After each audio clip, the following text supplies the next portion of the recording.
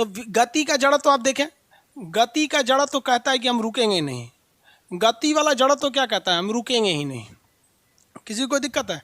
इसमें दो एग्जाम्पल आप देखते होंगे, अगर कार अचानक रुक गई तो भी गिर जाती है। अगर कोई व्यक्ति दौड़ रहा है, क्या कर रहा है, दौड़ रहा है, खूब तेजी से दौड़ रहा है, अचानक रुकेगा ना तो भड़ाक से गिर जाएगा, क्योंकि कहता है जड़ तो कहता ही है कि तू जैसे है वैसे ही रहो। अगर दौड़ रहा है तो दौड़ते रहो, रुक कह रहा है रे। समझ में आ रहा है कि नहीं आ रहा है? किसी को कोई दिक्कत है? आगे बढ़े, किसी को कोई दिक्कत नहीं ना है? अब आप कहेंगे, सुनिए ध्यान से, इसी का एक एग्जाम्पल हो गया हाइपर लूप। क्या हो गया? Hyper loop. सुनिए, कहता है कि कोई वस्तु अगर गति में है तो गति में ही रहेगी। न्यूटन का पहला नियम समझिए अब दोबारा। जड़त्व तो आप समझ गए, किसी को कोई दिक्कत है क्या? क्या कह रहा है सब? एक बाबू का कहना है कि सर कभी कभी ऑप्शन में दे देता है कि फर्स्ट लॉ ऑफ न्यूटन किस पर डिपेंडेंट है, तो सीधे मारिए ना जड़त्व पर, लेकिन कहेगा कि बल की, अभी पूरा कंप्लीट काम हुआ फर्स्ट नियम ना, पूरा समझिए। First law of Newton, Newton का फर्स्ट लॉ किससे मैच करता है? ये मैच करता है गैलीलियो से। गैलीलियो से, और गैलीलियो ने किसकी, ये दोनों ने मिलकर किसके बारे में बताया था? जड़त्व के बारे में। किसके बारे में? जड़त्व। और जड़त्व डायरेक्टली डिपेंड करता है किस पर? मास पर। डायरेक्टली डिपेंड करेगा मास पर। जड़त्व कितने टाइप का होता है? दो टाइप का। एक होता है विरामा का, कि रुका है तो रुके ही रहेगा, और एक होता है गति का, कि हम चल दिए हैं तो चलते ही रहेंगे। इससे हमें न्यूटन के फर्स्ट नियम से हमें क्या मिलती है? बल की परिभाषा मिलती है, फोर्स का परिभाषा मिलता है। फोर्स का क्या होता है? परिभाषा मिलता है। अब आप कहेंगे सर फोर्स का परिभाषा कहाँ से मिला? आप तो फोर्स पहले ही बता दिए, बल व धक्का या खिंचाव है। सुनिए ध्यान से, यहाँ क्या कह रहा है कि अगर कोई चीज़ गति में है ना, अगर कोई चीज़ गति में है तो वो गति में ही रहेगी, रुकेगी ही नहीं। और अगर रुकती है, सुनिए ध्यान से, अगर रुकती है तो समझिएगा उस पर कोई ना कोई अलग से फोर्स लगाया गया है। देखिए, कोई चीज़ रुकी है तो ये तो समझ में आता है कि चलो भैया इस पर कोई फोर्स नहीं लग रहा है तो रुका हुआ है।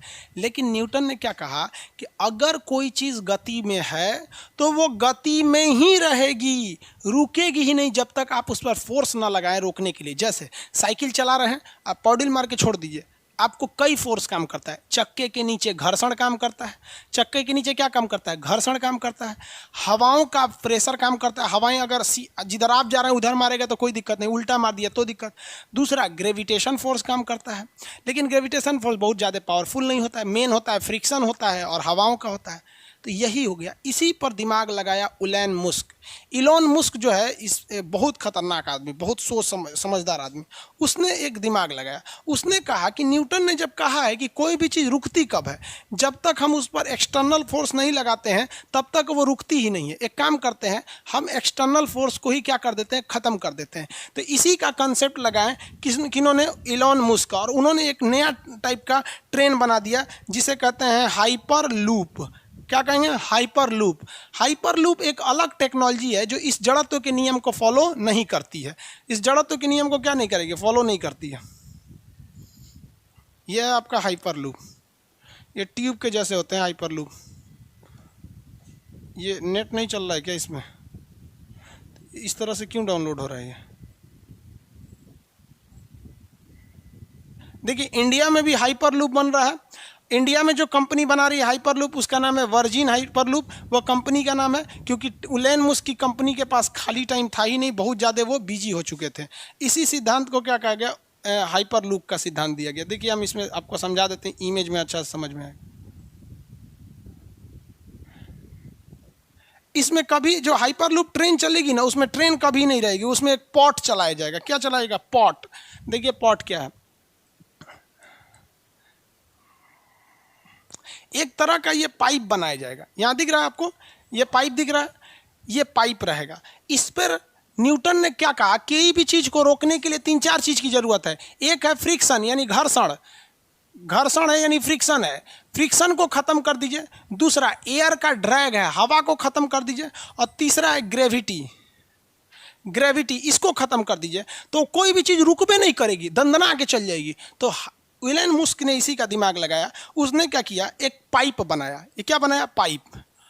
और आपको पता है कि जो चुंबक होता है ना, चुंबक, तो अगर चुंबक का दोनों ओर नॉर्थ रहेगा तो सटेगा ही नहीं। जैसे यहाँ पे भी एक नॉर्थ कर दीजिए, जैसे ये साउथ है और ये नॉर्थ है, और एक दूसरा चुंबक कर दीजिए, उसका साउथ इधर कर दीजिए, नॉर्थ इधर कर दीजिए, बस ये दोनों सटेंगे ही नहीं, हमेशा एक दूसरे से दूर रहेंगे। और जब एक दूसरे से दूर रहेंगे तो फ्रिक्शन का तो सवाल ही पैदा नहीं होता है। इसीलिए इस पॉट यानी इस ट्यूब के इधर वाली जो दीवार बनाई गई है वो मैग्नेट की बनाई गई है, और जो इसके अंदर जो ट्रेन चलेगी, ट्रेन, उसकी बाहरी दीवारें भी मैग्नेट की बनाई गई है। अतः ये दोनों मैग्नेट एकदम सेम पोल के हैं, तो ये चारों ओर से कहीं पे भी उसमें टच में ही नहीं रहेगा, टच में रहने का सवाल ही पैदा नहीं होता है। तो सबसे पहले इलोन मस्क ने क्या खत्म कर दिया? फ्रिक्शन खत्म कर दिया। लेकिन इसके अंदर हवा तो रहेगी, क्या रहेगी? हवा रहेगी, और इसमें ट्रेन नहीं चलेगी, एक ट्रेन की तरह एक बॉक्स चलेगा जिसमें एक बार में 30 से 40 लोग बैठेंगे, बस बराबर रहेगी। बाद में टेक्नोलॉजी धीरे धीरे आएगा तब। अब उन्होंने कहा कि भैया इसमें हवा तो रहेगा ही रहेगा, तो उन्होंने दिमाग लगाया, उन्होंने क्या किया, यहाँ पर जगह जगह से नीचे में कई जगह पे सेक्शन मोटर लगा दिया। वो क्या करता है, इस पाइप की सारे ऑक्सीजन हवा को खींच लेता है। अब कहेंगे तो मर जाएगा अंदर वाला, तो इस बॉक्स के अंदर ना ऑक्सीजन का एक अलग से ट्यूब दिया गया है। बॉक्स के अंदर क्या होता है, ऑक्सीजन दिया गया बॉक्स के अंदर। ये बॉक्स के अंदर ऑक्सीजन उतना रहता है जो अंदर के लोगों को प्रोवाइड कर दे, बाकी पूरे इस पाइप में कहीं पे भी ऑक्सीजन नहीं रहता है, खींच लिया जाता है। अगर ऑक्सीजन खींच लेंगे तो एयर का ड्रैग क्या हो जाएगा, खत्म हो जाएगा। एयर ड्रैग क्या हो जाएगा, खत्म हो जाएगा। अब इस पर केवल काम करेगी ग्रेविटी, और ग्रेविटी फोर्स उतना खतरनाक होता नहीं है, उतना भी खतरनाक ग्रेविटी नहीं होता है, जिस वजह से इसमें एकदम सस्ता के रूप, एकदम सस्ता चला देंगे आप गाड़ी, कुछ उसमें ज़रूरतें नहीं है। देखिए दिख रहा है आपको, ये अंदर वाला एक तो पॉट है, अंदर पॉट है। ये इंडिया में मुंबई से पुणे के बीच में क्या चल रहा है, हाइपरलूप चलने वाला है। वो कंपनी का नाम है वर्जिन हाइपरलूप। देखिए ये इंडिया का झंडा है।